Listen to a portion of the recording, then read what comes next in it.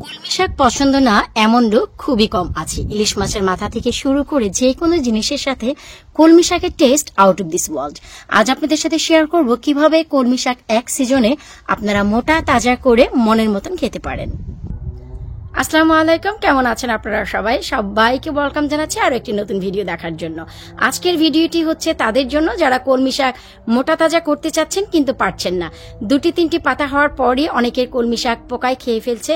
তা দেখে অনেক অনেক অনেক কমেন্ট আমি পাচ্ছি যে আপু আমাদের কলমি শাক 2 পাতা থেকে 3 পাতায় আসার পরপরই পোকা খেয়ে ফেলছে, তার কারণ কি? আর আমাদের কলমি শাকগুলো বড়ও হচ্ছে না, বাড়ছেও না, একদম থমকে আছে। তো চলেন সব কিছুর সমাধান থাকছে আজকের এই ভিডিওতে। প্লিজ ভিডিওটি শুরু থেকে শেষ পর্যন্ত দেখবেন, এতে করে জানতে পারবেন যে আমরা কোন দুটি উপায়ে কলমি শাক অনেক বেশি মোটা তাজা করতে পারি। আর দুটি পদ্ধতি ফলো করতে টাকা পয়সা একদমই লাগবে না। চলেন আমরা চলে যাচ্ছি মূল ভিডিওতে। তার আগে দেখে নেওয়া যাক আর জেনে নেওয়া যাক আমার বাগানের এবছরের কলমি শাকের কি অবস্থা।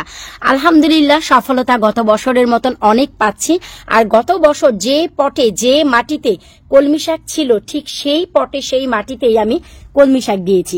যারা রেগুলার আমার চ্যানেলে ভিডিও দেখেন তারা সবাই জানেন যে এই পটটিতে কোনো ফুটো ছিল না, ডুবন্ত পানিতে সারা সামার ভরে এই কলমি শাক হয়েছে, আলহামদুলিল্লাহ হয়েছিল।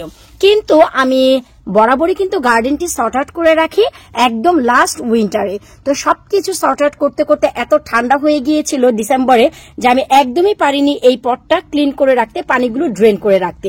আর যেহেতু ফুটো ছিল না, পানি ননস্টপ থেকেই গিয়েছিল সারা সামার ভরে, সারাটি উইন্টার ভরে।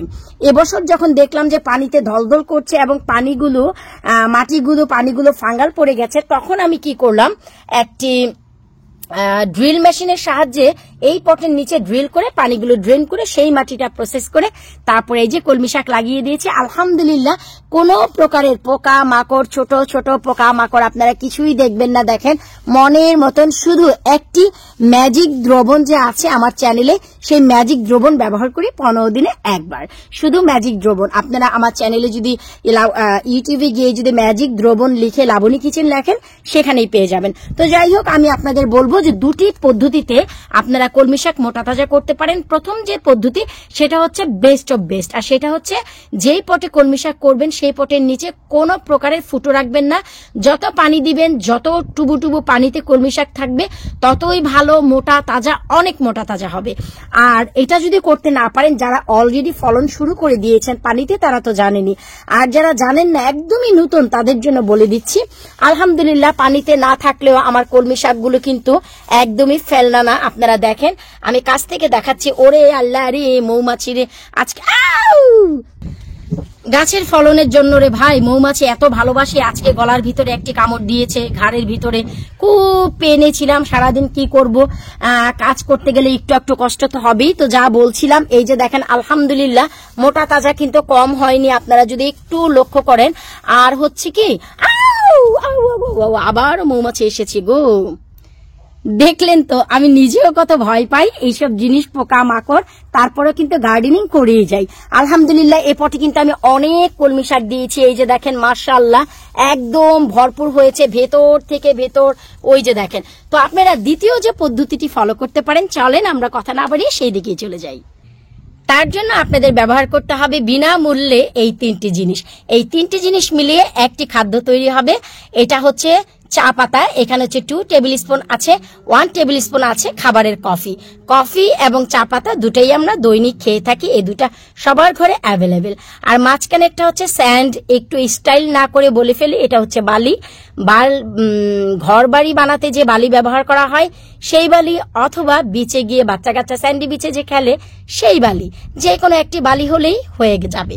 এখন খুবই সিম্পল, আমরা এই 3টি জিনিসকে খুবই ভালো করে মিক্স করে নেব। এই তো দেখেন আমরা মিক্স করে নিয়েছি। এখন এই মিক্স করে নেওয়া সারটি আমরা কেন ব্যবহার করব? এখানে যে চা পাতা রয়েছে যার কারণে প্রচুর নাইট্রোজেন বুস্ট হবে, আপনাদের কলমি শাকগুলি অনেক বেশি মোটা তাজা করতে সহায়ক হবে। রয়েছে কফি, যেটা আপনার মাটিটাকে মেক করতে সাহায্য করবে এবং যে কোনো ফাঙ্গালের হাত থেকে আপনার এই মাটিটাকে সুরক্ষিত রাখবে। আর ব্যবহার করছে যে বালি, এই বালিটা আপনার ড্রেনেজ সিস্টেমকে এতটাই মজবুত করবে যে পানিটা ধরে রাখতে এত সহায়ক হবে। পানি যে ড্রেন হয়ে যাবে তারপরেও এনাফ খাদ্য গাছে এই বালির মাধ্যমে ধরে রাখতে পারবে। পানি বলেন, খাবার বলেন, যেটাই বলেন। এই তিনটার কারণে আপনার কলমি শাক হয়ে উঠবে অসাধারণ স্বাস্থ্যবান। দেয়ার সিস্টেমটা খুবই সিম্পল। আপনারা একটু হাত বুলিয়ে এইভাবে নিচের দিকে ছড়িয়ে ছিটিয়ে দিবেন।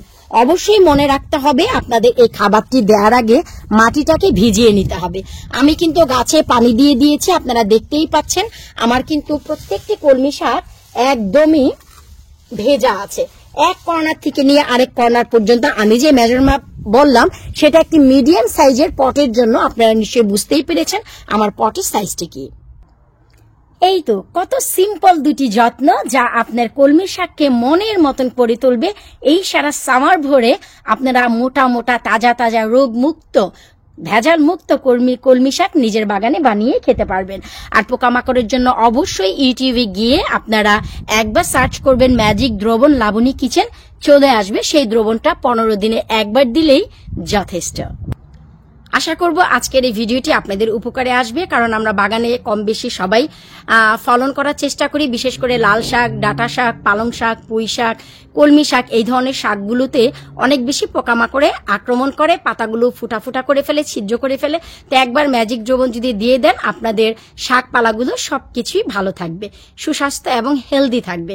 বিদায় নিচ্ছি আজকের মতো। পরবর্তী ভিডিও দেখার আমন্ত্রণ জানিয়ে আল্লাহ হাফিজ।